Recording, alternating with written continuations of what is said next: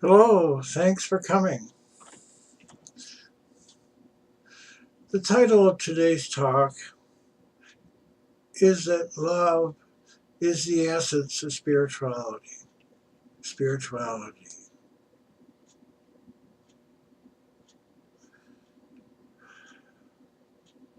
Let me start with a story about my own guru, grandfather guru, Swami Shivananda.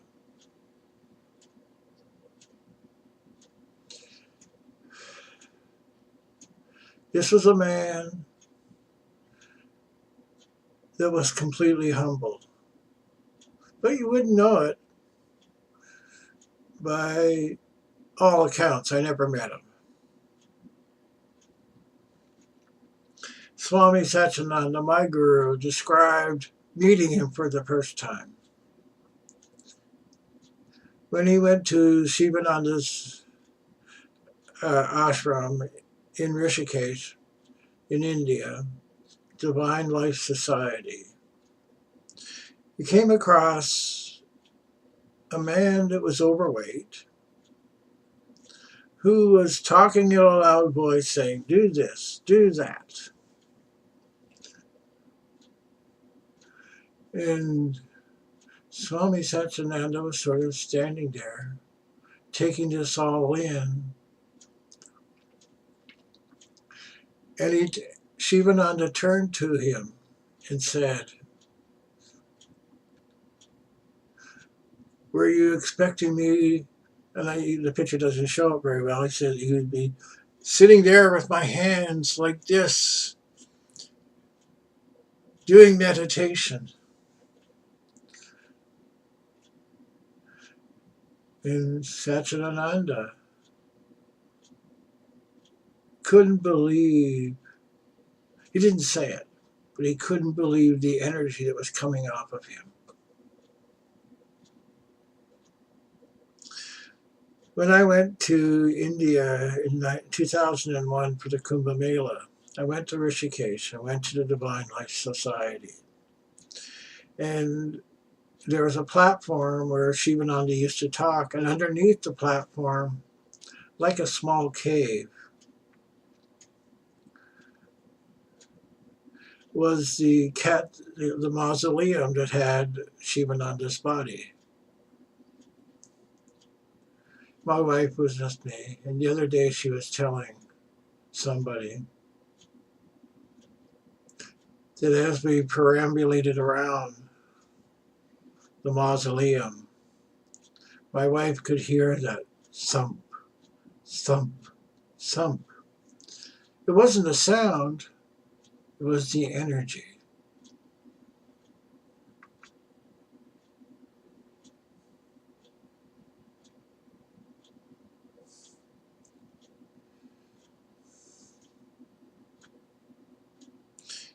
It's said that when Shivananda lay dying, he didn't die right away.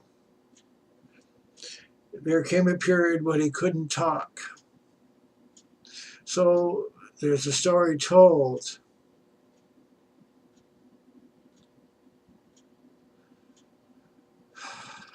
of he would take his finger, his index finger, and write Om symbols over and over on his thigh.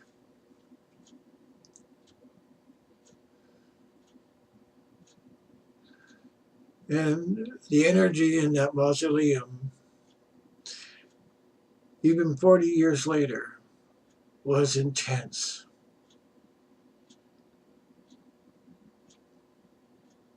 Somebody wrote to him, to Shivananda, who was a big donor, and he was complaining to Shivananda in the letter, "Oh, Shivananda,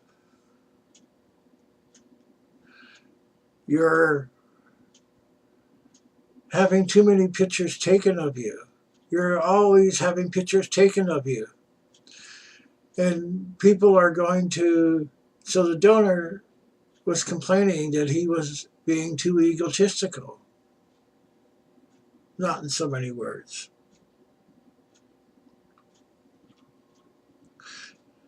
she even on the road back, he says, I have my picture taken because it helps people be more spiritual. What he said in that one sentence is that I am so humble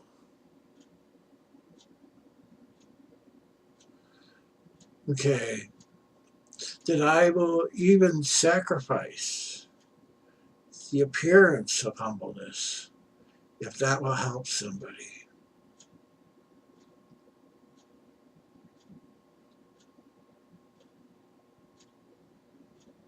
What a great man.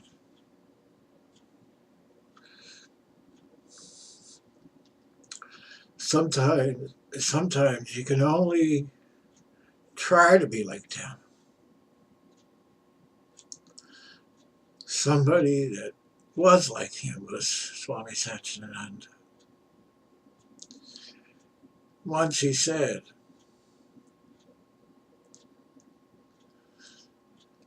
I'm on fire. He wasn't on fire in looking at him. What he meant was, I'm on fire with love. And he said further, if you come too close to me, you'll catch on fire too.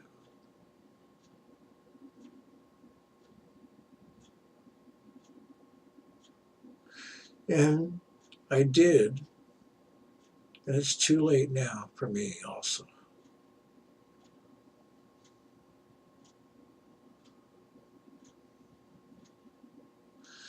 Emanuele, who was talking to me today, he says, I see the love. That's what he said. And I said to him, Emanuele, I can't help myself.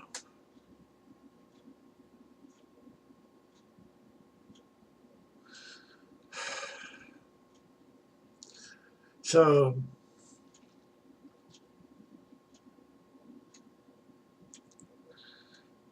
the reason I made this video is because this is Thursday, last Sunday, I went to see a spiritual leader, Guru Mahaha. And the reason I did that was to help some students who are going to be teachers soon.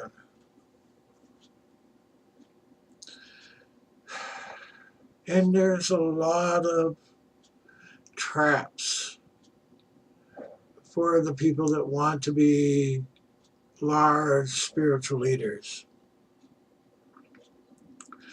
I'll show you one trap.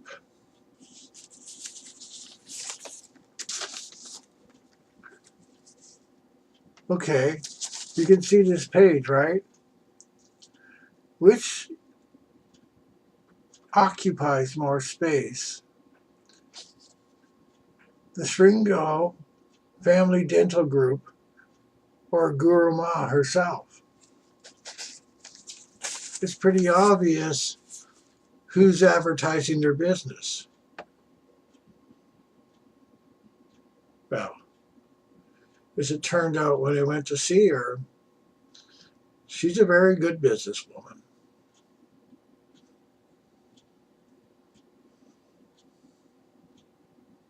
Swami Satchidananda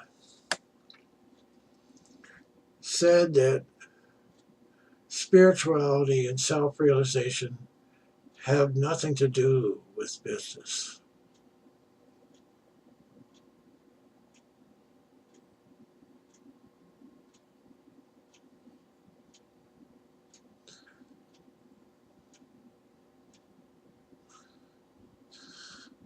Since I was listening to this Guru Mahaha talk,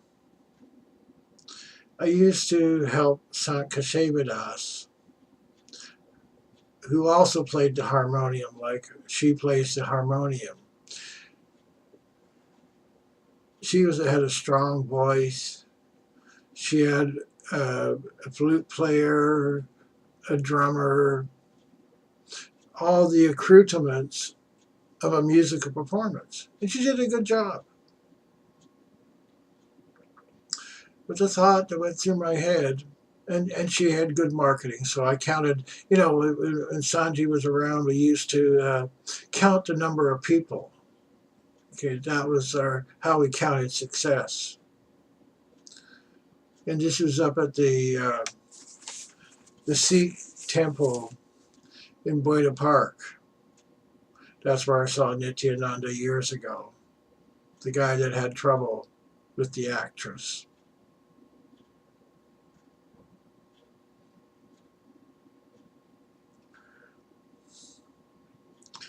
And they had a flyer saying they wanted to have people donate $1,000 to keep their radio stations and their TV stuff, and they're on Stars, and they're on this. Great marketing.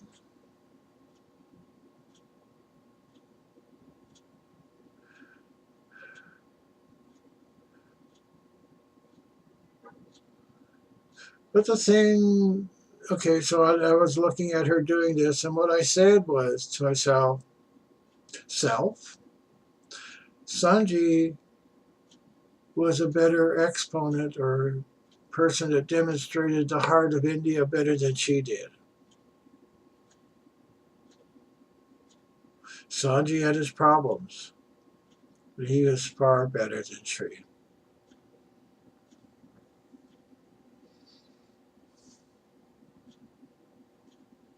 So that got me to thinking. And I've composed a new mantra made up of the Gayatri Mantra and the Kubera Gayatri. And Emanuele has promised to me today that he's going to make a song for it.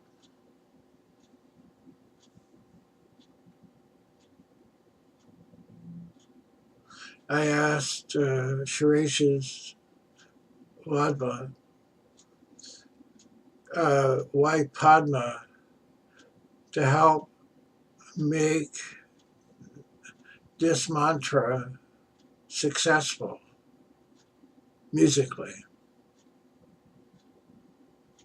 And Emanuele's going to write a song, and he's going to send her an a cappella version of his song. And this mantra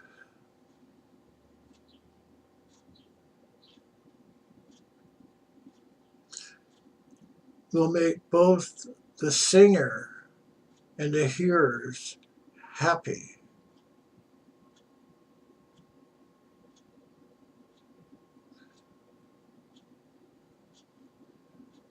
What it will do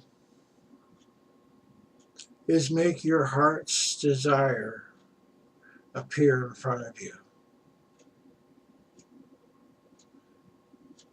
So, like I was talking to somebody who said, well, I like the mantra and it's working for me.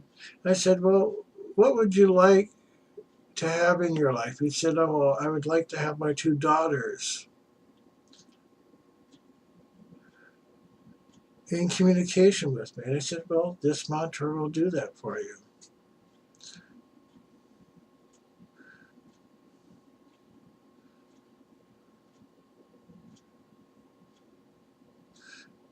The Kubera Gayatri is a version, in the 10th chapter of the Bhagavad Gita, Krishna says, among the meters, I am the Gayatri mantra. So there's the Lakshmi Gayatri, there's the Krishna Gayatri, Ganesha Gayatri, Kubera Gayatri.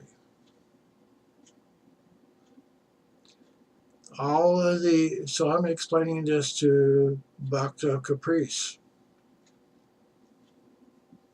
All those variations are a version of Krishna, the avatar.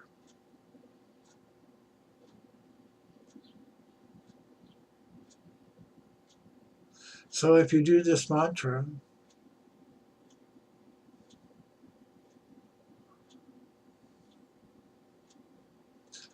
you will get your heart's desire. Whatever you treasure, you will get.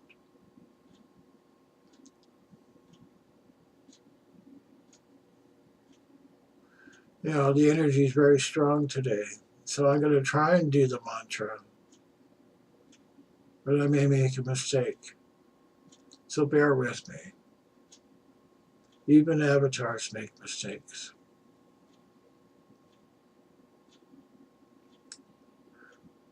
Let me see what else I wanted to say about that mantra.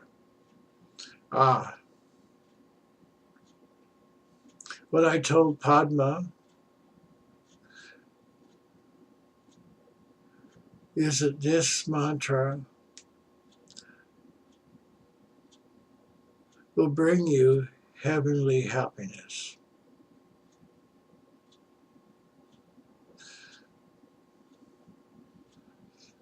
Oh, and so I thought I would, before I say the mantra, I would conclude talking about Krishna playing his flute to enchant human beings, the gopis. And he's bent, indicating his indulgence of people's desires.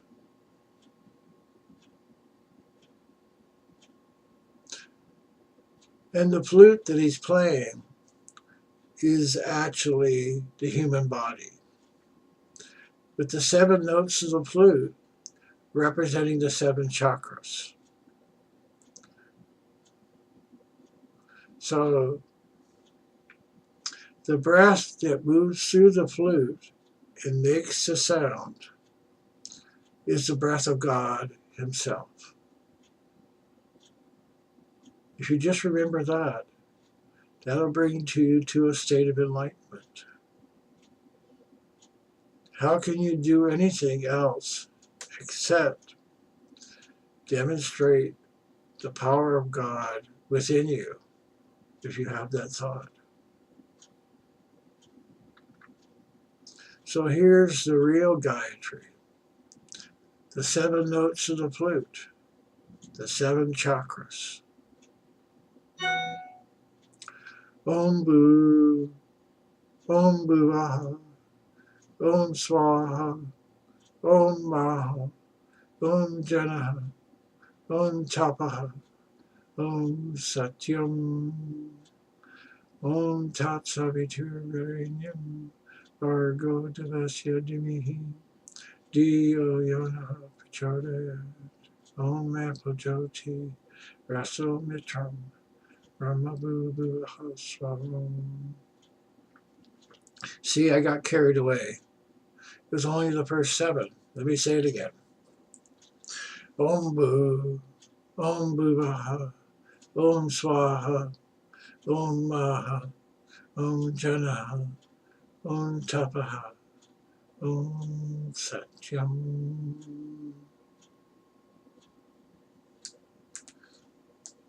So if you can feel that right now, that's the breath of Krishna inside your body. Kubera Gayatri.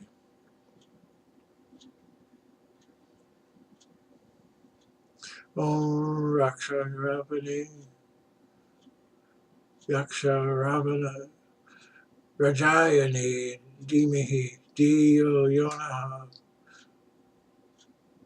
Wow, just too much energy. Okay, let me start over. Om Yaksha-rajaaya Vidmahe, Vaishravanaaya Dhimahee, Thanno Prachodayath. Oh, let me start again. Okay, the energy is very, very strong. Om Yaksha-rajaaya Vidmahe, Oh, Vidmahe, sorry. Aum Yaksha-rajaaya Vidmahe Vaishravanaaya Dhimahee Thanno Kubera Prachodayath.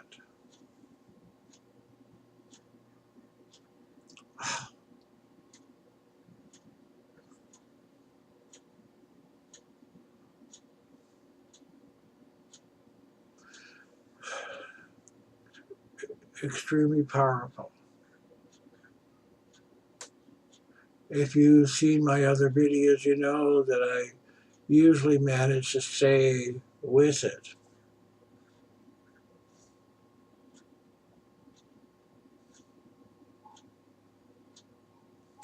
So I'm sorry. I know when Emanuele does it, he'll stay on track. He'll do it. Okay. Thanks so much for coming. I really enjoyed your presence.